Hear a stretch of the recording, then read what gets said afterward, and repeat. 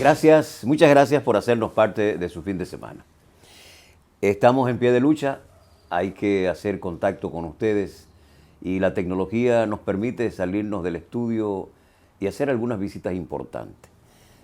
Vamos a seguir hablando mucho tiempo del coronavirus y justamente por eso he querido visitar a un gran amigo, naturista, nutriólogo, clínico, con quien me unen unos lazos afectivos de mucho tiempo. Yo quiero que él nos presente su visión y su versión de cómo entiende andan las cosas y cómo se pondrán y cómo finalmente saldremos de la crisis del COVID-19. Vamos a esperar que este programa de hoy nos aporte a nosotros y les aporte a ustedes porque precisamente ese es el objetivo. El encuentro de hoy lo vamos a hacer cargado de un placer inmenso porque el doctor Arsenio Esteves nos va a hacer el favor de acompañarnos y ponernos unas pinceladas interesantes de esas que él sabe hacer, porque aparte de todo eso es un gran maestro, es un gran profesor y es un gran comunicador. No se muevan que este encuentro apenas comienza.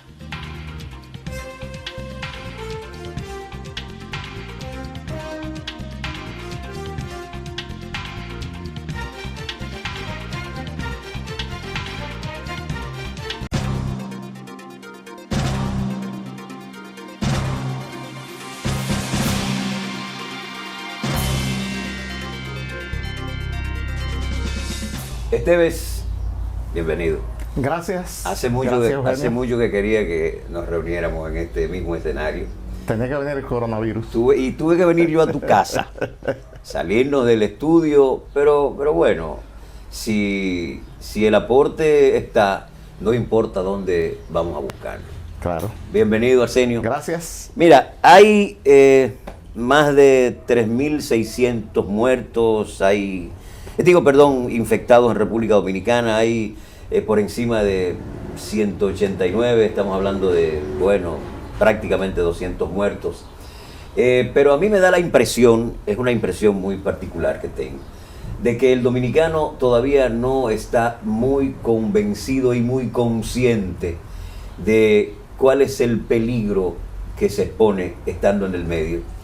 Y siento que la cotidianidad, antes del toque de queda, antes de las 5 de la tarde, se hace una rutina muy normal. Vemos abarrotados los bancos, vemos los supermercados que, con algunas excepciones, tienen un protocolo de cuidado interesantísimo, pero hay otros que no, que la gente hace el tumulto, entra, llega y tú lo ves conversando animadamente, sin protección, sin nada, y entonces, como que yo insisto que todavía no conocemos la gravedad de un virus que nos arropa. ¿A ti se te ocurre ir a una guerra desarmado? A nadie. Si tú sabes que está en peligro inminente de una guerra, tú vas a prepararte, por supuesto. Entonces, quizás la gente no ha entendido, como tú bien dices, que estamos en combate, que esto es una de las tantas batallas a que nos conlleva la lucha en contra del coronavirus. Una lucha en la que hay experiencia con otros coronavirus. Hemos tenido unos 6 coronavirus identificados, los más recientes. Ahora, en este siglo, 2003, el SARS, que fue en China también. Tenemos en el 2012 que vino el MERS, síndrome respiratorio del Medio Oriente, y tenemos ahora este que salió en el 19, que realmente no se llama COVID-19. COVID-19 es la neumonía como enfermedad que produce el coronavirus. El virus se llama SARS-CoV-2, eso según la Comisión Internacional de Terminología Viral, que es la que pone los nombres a este tipo de enfermedad. Entonces, ese asunto de conciencia, ese asunto de la gente, aún presentando las estadísticas día tras día, las mundiales, las globales, las nacionales, la gente como que como que no entiende, como que no asimila, y si quizás si lo oye y lo puede repetir, como que no interioriza, reflexiona, aprende, porque se trata de aprender. Ninguno sabíamos nada de esto, Genito. Ninguno sabíamos absolutamente nada, porque aquellos coronavirus que hubo anteriormente prácticamente no nos afectaron de manera significativa, por eso quizás no los sentimos tanto, aún siendo más letales en porcentaje de letalidad. Tú tienes que el SARS, el del 2003, mató a un 10% de la población que le dio. El MERS, el de Medio Oriente, que inició en Arabia Saudita y en los Emiratos Árabes Unidos, ese mató entre un 30 y un 40% de todo el que le dio. Eso es, de cada 100 personas que le dio, mató 40. No ha llegado al 10% en ningún lugar. ¿Cómo es que se maneja esas estadísticas de la letalidad? Porque algunos plantean que, bueno, tenemos un 5.5% de letalidad al día de hoy, pero hay otros que argumentan que no, que esa no es la curva, como debe, que ese no es el manejo de la curva, porque el nivel de letalidad es muy inferior a esos 5.5% de que escuchamos en esta semana decir que teníamos de letalidad. ¿Cómo es que se maneja eso? Es sencillo, simplemente tú coges el número total de casos contaminados, confirmados. No es que yo creo que estaba enfermo, no. Con la prueba positiva, la prueba definitiva, que es la PCR. La prueba rápida no es definitiva, te excluye, te puede decir, no, ya está descartado, pero si está positiva, tú tienes que reconfirmarlo, ratificarlo con otro tipo de prueba. PCR, con la PCR, que es la que confirma. Entonces, tú tienes que coger como parámetro necesario, obligatorio, los casos que están confirmados para tú hablar. Entonces, la cantidad que se muere, la cantidad de fallecimientos, ¿cuánto es eso en porcentaje de los casos confirmados? Entonces, cuando tú divides, cuando tú haces esa operación matemática, tú vas a sacar el porcentaje de muertos respecto al total de casos confirmados por prueba. Y tú ves las estadísticas. Por ejemplo, en Estados Unidos, ahora mismo tú tienes 30.000 muertos de 600.000 casos reportados a este momento. Solo en Nueva York hay 10.000 muertos el día de hoy. Eso te da un 4.5%. Si tú lo ves de manera absoluta, en conteo total absoluto, tú dices, ¿cuánta gente muerta? Pero tú lo ves en forma porcentual. Vas a darte cuenta que tiene un 4, subió muchísimo, ahora un 4.5% más o menos. Aquí estamos un 5.2%. A nivel mundial tú tienes 2.300.000 casos, más o menos. Entonces estamos hablando de que hay ciento y pico de miles de muertos, 130.000 casos de muertos. Entonces ahí las estadísticas te van variando en un país más que otro, pero en base a eso se saca el porcentaje de letalidad comparando los casos confirmados con los casos de mortalidad. Pero hay una situación con todo esto. El coronavirus nos ha paralizado el mundo. Hay países, digamos Italia, por ejemplo, que todavía no puede recomponer fuerzas para levantar y para recomponer la economía. Ocupa el segundo lugar en mortalidad. Exacto. España, en España vemos que han comenzado a disminuir los muertos, pero la afección sigue siendo prácticamente la misma. Hay otros países que estaban esperando, digamos, la presencia del coronavirus y tenían todo preparado, como por ejemplo Sudáfrica. Y en Sudáfrica, cuando mejor cuando la disponibilidad estaba para enfrentar la crisis, resultó que aparecieron algunos casos aislados y creo que antes de ayer apenas habían creo que 80 infectados en un lugar pero por ejemplo no tenemos estadísticas de la India, por ejemplo. No nos olvidemos qué pasa con la India, que en el caso de la India no podemos hacer un paralelismo con lo que pasó con China. Acuérdate que China tiene un ordenamiento mucho más estricto. Acuérdate cuál es el esquema de gobierno que impera en la China y que le dio resultado, digamos, el poner en operación su plan. Sin embargo, nos está agobiando. Y tú dices, bueno, es un virus que con una letalidad muy, muy inferior. Sin embargo, estamos paralizados. A estas alturas del juego no hay un medicamento que pudiera frenar el proceso viral, pero mucho menos tenemos una vacuna.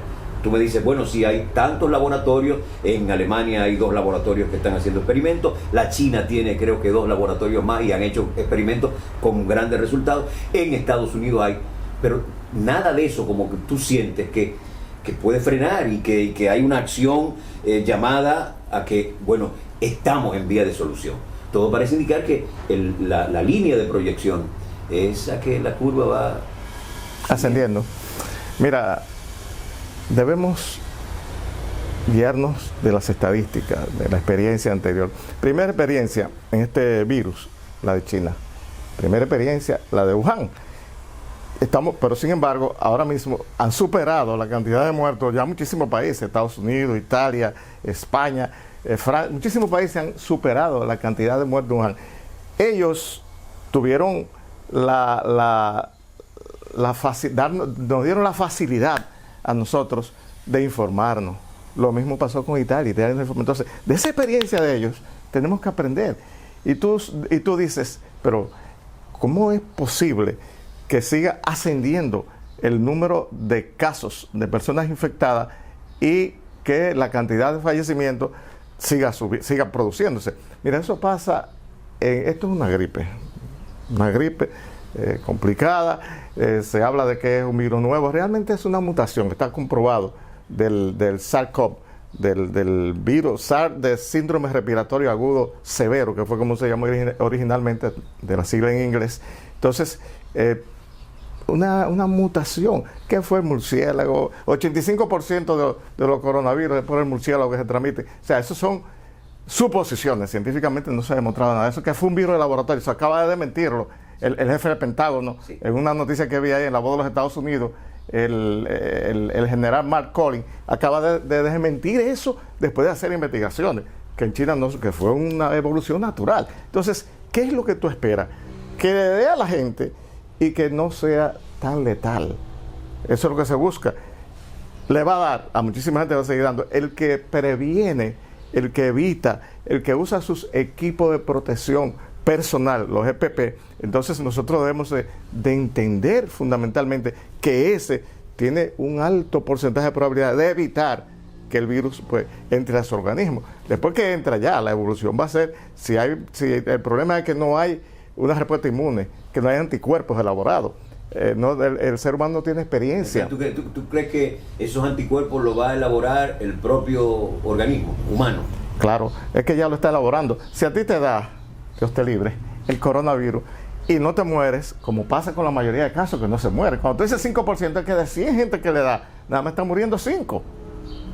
Yo digo nada más, no debiera morir nadie. Además el país tiene una cantidad, una cifra muy, muy considerable de alta en el caso de... Claro, eso es muy significativo para nosotros. Significativo. Que esa parte no se sazona, debiéramos sazonarla más. Esa sí. Parte que tenemos una alta tasa de recuperación progresiva. Bueno, estamos viendo la progresión de los casos infectados y la progresión estadística de los casos de muerte, pero también debemos comparar lo que se están recuperando de intensivo, lo que te quiere decir que ese protocolo hay que tratar de asumirlo y seguirlo porque está dando resultados. Fíjate, hay un protocolo mundial de la Organización Mundial de la Salud, hay nuevos protocolos propuestos después de lo de Italia con otros medicamentos. Y en sí, España, en España, sí, entonces se ha ido sumando con la experiencia que cada uno va adquiriendo. Entonces, lo que estamos detrás en la evolución, tenemos que ir aprendiendo esa experiencia y asumiendo para no aprender de errores ajenos, que eso es lo mejor del mundo, para que tú no sufras la misma consecuencia. ¿Va a pasar? Sí, va a evolucionar. No es verdad que no vamos a morir todos, aún en los peores casos no está muriendo ni 10 gente de cada 100, que repito, eso no es conformidad, no debiera morir nadie, pero hay que tomar las medidas preventivas y dejar el pánico colectivo, que eso es malo. Si usamos las medidas preventivas, usando los equipos de protección personal, no solo para los trabajadores de salud, para todo el mundo hay que usar equipos. Pero yo sigo preocupado, porque el médico, el llamado a frenar, no tiene un protocolo establecido, porque, por ejemplo, tú hablabas de neumonía. Sin embargo, ahora hay algunos teóricos, algunos científicos que hablan de que el virus no va directamente a los bronquios, a los pulmones, sino que hay una desoxigenación de la sangre, de que hay un problema en el cerebro que te provoca que el virus. Y hay una cantidad de información que nos están científica, no es científica esa. Hay mucho disparate, pero esa es científica. Pero es lo que te quiero decir. Entonces, al final de la jornada, tenemos un protocolo que lo que hace es hacerle frente a la sintomatología. A la consecuencia. A la sintomatología. Tú tienes gripe, tienes dolor de cabeza, te vamos a dar un calmante. Tú estás apretado el pecho, te vamos a dar un Ventolin, una cosa de esa, y resuelto el problema. A ti tú tienes la nariz apretadita, te vamos a dar una agua oxigenada, una cosa, no sé, un agua de cloro, no sé qué es lo que ustedes le meten a la nariz a uno. Y bueno, entonces tú atacas el tipo se curó, pero se curó solo. O la persona se curó, pero se curó sola. Entonces, eso también me preocupa, que no hay un protocolo que te diga, no, lo que tenemos que hacer cuando usted se sienta vaya al médico y el médico le va a dar este medicamento que va a frenar la continuidad de la crisis. Sí, hay un protocolo, Genito, está protocolizado todo, incluyendo lo que debe comer la gente en los diferentes estadios de la enfermedad, incluyendo en intensivo. Entonces, a lo que tú te refieres a la respuesta inmune trombótica asociada al coronavirus, que es lo que se llama RITAC, que es lo que ha aparecido de nuevo. Eso enfoca todos los cañones en esta guerra hacia la respuesta inmunológica del organismo. ¿Por qué hay personas que le da el coronavirus y no hacen ningún síntoma? A veces ni fiebre hacen. ¿Y por qué hay un porcentaje pequeño que te hace complicaciones? Bueno, la respuesta inmune, cómo responde tu organismo, cómo está preparado. Si tú tienes limitaciones en el sistema inmunológico, entonces tu respuesta va a ser lógicamente débil y te va a aplastar el enemigo, como pasa en toda guerra. Te va a subyugar inmediatamente. Entonces, en este síndrome, ¿qué es lo que hay? Es lo que hay el problema de la coagulación. El síndrome de coagulación intravascular diseminada, se coagula la sangre. El problema de oxígeno es ese. Hay liberación de mediadores inflamatorios. Las interleuquinas 1 y las 6 son términos científicos.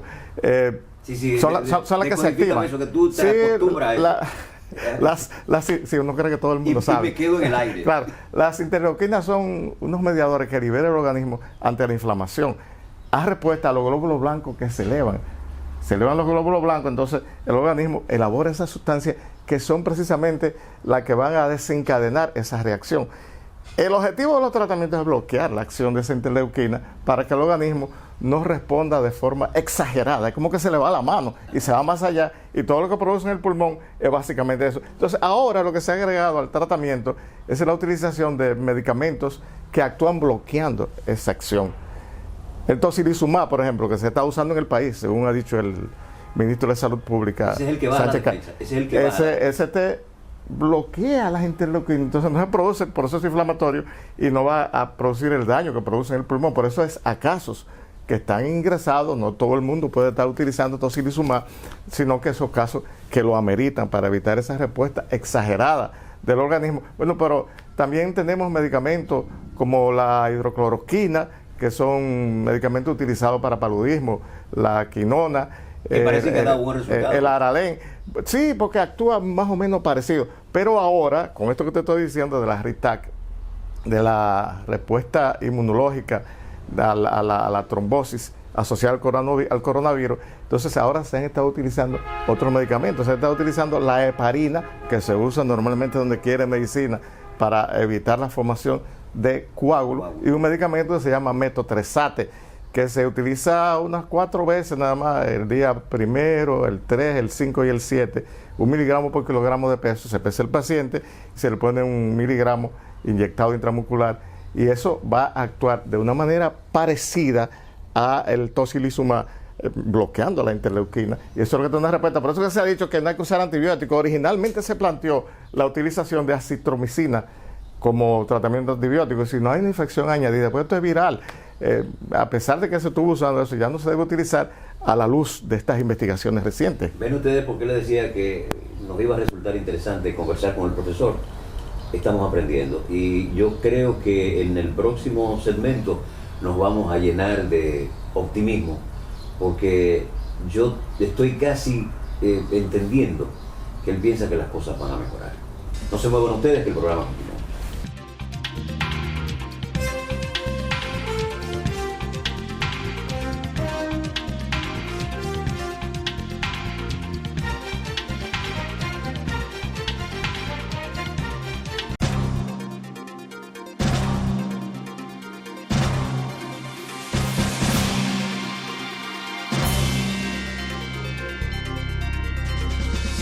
Gracias por continuar con nosotros en este encuentro.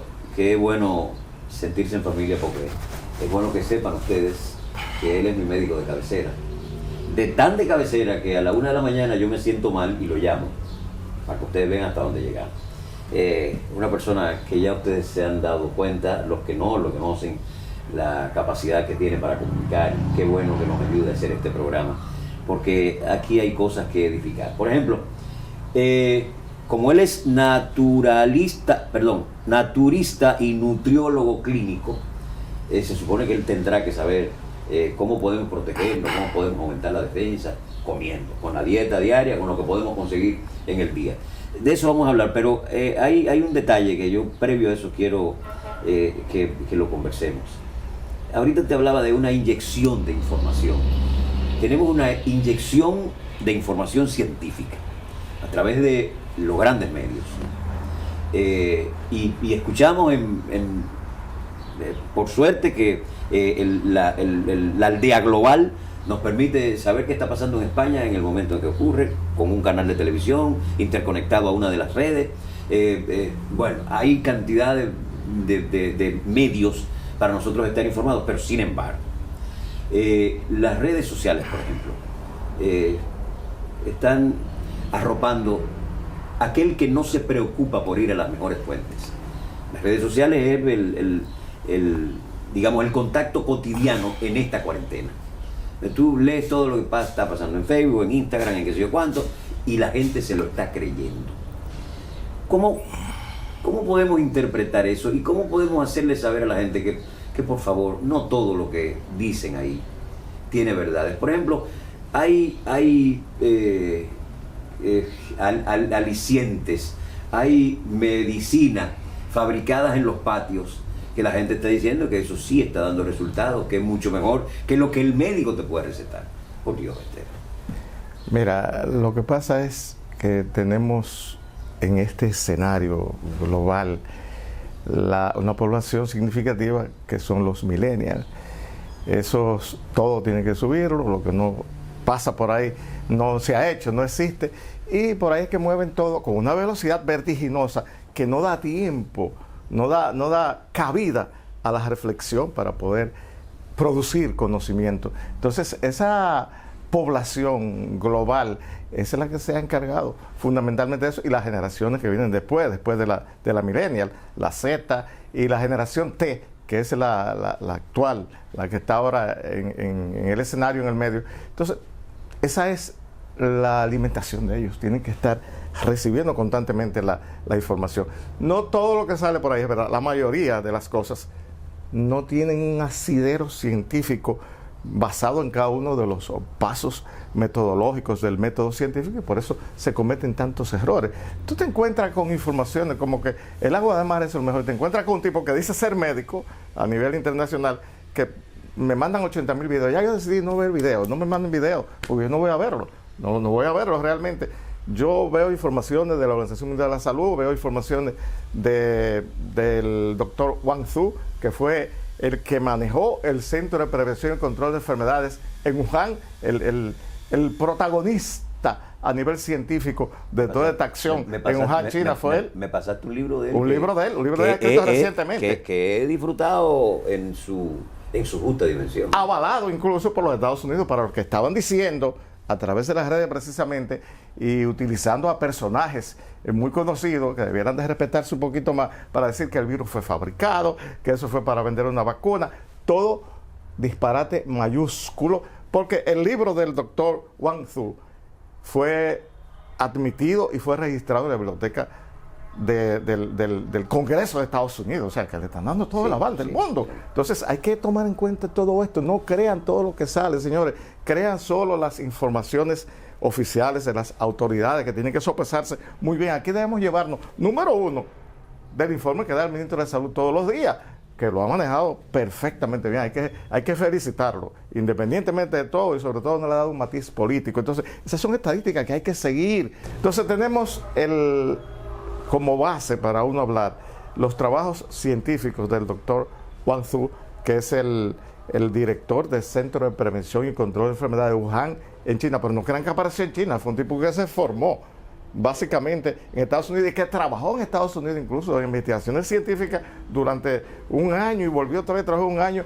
por eso maneja tanto estas informaciones. Entonces, él te maneja ahí prácticamente todo, la evolución, qué hacer en la casa, qué hacer cuando transporta a un paciente, qué hacer en los medios públicos de transporte, qué hacer al subir un asesor, qué hacer el médico en cada área de su trabajo diario, qué hacer las enfermeras, todo, qué comer, y hace un análisis bastante profundo, no solo de los alimentos normales, sino también de las hierbas chinas que se utilizan y los resultados que han dado. Una pregunta, y si nosotros llevamos a pie juntilla lo que sugiere para que nos cuidemos, para protegernos del virus, ¿tú crees que pudiéramos frenar antes de lo previsto toda esta crisis?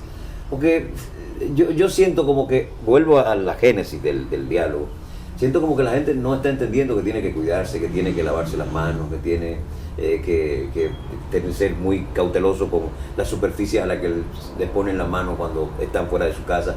O sea, ¿tú crees que si ese protocolo le diéramos seguimiento con toda la cabalidad, pudiéramos frenar definitivamente la crisis? Sí, sobre todo lo que se pretende es frenar, en primer lugar, la mortalidad, la letalidad del virus. Y si cada uno pone su esfuerzo y cada uno aporta su granito de arena, pues evidentemente que el problema se resuelve prácticamente de manera inmediata. Porque lo que yo decía al principio, si tú te enfermas del coronavirus, si tienes el COVID-19, las personas, y no te mueres, las personas que se infecten por la cepa tuya, probablemente no van a recibir la misma agresividad que tenía, porque el virus va poco a poco perdiendo y se va socializando y se va haciendo como una especie de simbiosis, de convivencia entre el virus y el ser humano, como ha pasado con la experiencia de todas las demás gripes que siguen dando cada año. Sin que yo crea que tú tienes una bola de cristal en las manos. ¿En qué tiempo tú crees que comenzaremos medio a normalizar las cosas, digamos en el país, para no irnos más allá? Partiendo de como tú bien planteabas, y yo coincido contigo, el Ministerio de Salud Pública está llevando el asunto. ¿Tú crees que en un mes estaremos, digamos, ya reponiendo energía para salir a las calles a comprarle la fruta al vendedor de naranja, de comprar los vegetales en el mercado, o tú crees que aún nos queda mucho por esperar? Mira, estos coronavirus tienen necesidades como seres vivos. Había un tipo ahí diciendo que no es un ser muerto, uno de estos fenómenos que están en las redes. Como seres vivos, si se comporta como los demás coronavirus, se supone que es un virus de existencia y de actividad más que existencia, otoño-invernal. Entonces, estamos en primavera. A medida que se caliente, porque el virus necesita, como ser vivo, unas condiciones en el hábitat, en su entorno para desarrollarse, necesita una temperatura. Entre 5 y 60 es que él vive. Entonces, el mito es, el asunto ese de que no es un ser vivo, sino que interviene en la célula y entonces la condiciona. No, pero espérate, hay que romper eso. El virus es un ser vivo, claro que es un ser vivo. Pero suéltame eso, porque he escuchado muchos expertos en comunicación y cuantas cosas, y hasta médicos, hablar de que que hay que tener mucho cuidado porque no es un ser vivo. Claro que es un ser vivo el virus, pero como eso es elemental. El virus es un ser vivo, claro que sí. Entonces hay que tratarlo como tal. Entonces te decía que en temperatura entre 5 y 60, como la mayoría de virus y bacterias, muere. Tú sabes que los los alimentos cuando entran en ebullición, cuando hierven, cuando hacen burbuja, está a 100. O sea, con el cocinado no hay ningún riesgo ahí realmente. Si tú cocinas los alimentos de manera normal, aunque tuvieran el virus, se va a morir. El pH es importantísimo. Ahí alguien hablaba que no, que el agua de mar y la soda para hacer gárgara con miel de abeja, que funciona perfectamente. No, el problema es que el pH en el ser humano está entre 7.35 y 7.45. Tú no puedes sacarlo de ahí porque se muere el ser humano. Entonces no creo que tú te tomes algo ácido o algo alcalino, como el caso de la soda y el agua de mar. No creas tú que el cuerpo humano lo va a dejar alcalino, lo transforma. Tú te tomas algo caliente y la lengua y la boca no te lo deja deglutir, no te lo deja tragar hasta que tú no lo llevas a temperatura normal. Te lo pones a temperatura normal. Claro, pero ven acá, ¿tú crees que el organismo con millones de años de experiencia va a hacer lo que a ti se te antoje y lo que tú creas? Porque para ti es una verdad científica, pero eso no quiere decir que sea verdad científica para todo el mundo. Entonces yo pienso realmente que eso en 3 o 4 semanas, si la gente pues sigue las medidas de protección personal, no podemos caer en lo mismo que lavarse las manos. Eso es verdad todo, pero ya la gente se lo sabe de sobra eso, pero no lo hace. No es sabértelo, no es repetirlo como un papagayo. El conocimiento tiene importancia, la información tiene importancia cuando te sirve como herramienta, en este caso como arma, para tú enfrentar la situación. Si tú no transformas tu realidad, el conocimiento no sirve de nada. Tú no tienes conocimiento. Yo pienso que en 3 o 4 semanas ya nosotros, si la gente hace, siguen como están, saliendo los supermercados, pero ven acá, no estamos protegidos en todos los lugares, y entonces la gente en el supermercado va y se aglomera. Está bien, necesitamos comida, pero es que ahí no se transmite el coronavirus, sí, en los bancos. O sea, tenemos que evitar todas esas cosas y la gente crea conciencia. No salga a jugar a la calle, a hacer grupo, por Dios, aunque sea frente a su casa, ni dentro de la casa tampoco. Por Dios, tratemos de hacer lo correcto para que paremos esto, si no, no se va a parar nunca. Lo que vale en todo caso es higiene y distanciamiento social. Claro, eso es muy importante.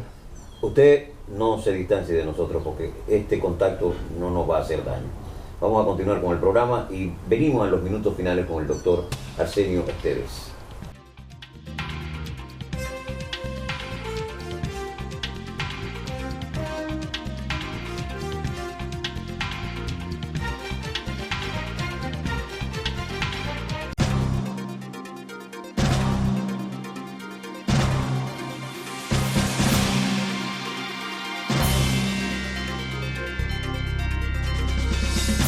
Finales de este encuentro con el doctor Arsenio Esteves, naturista y nutriólogo clínico. Bueno, ya al final, unos minutitos.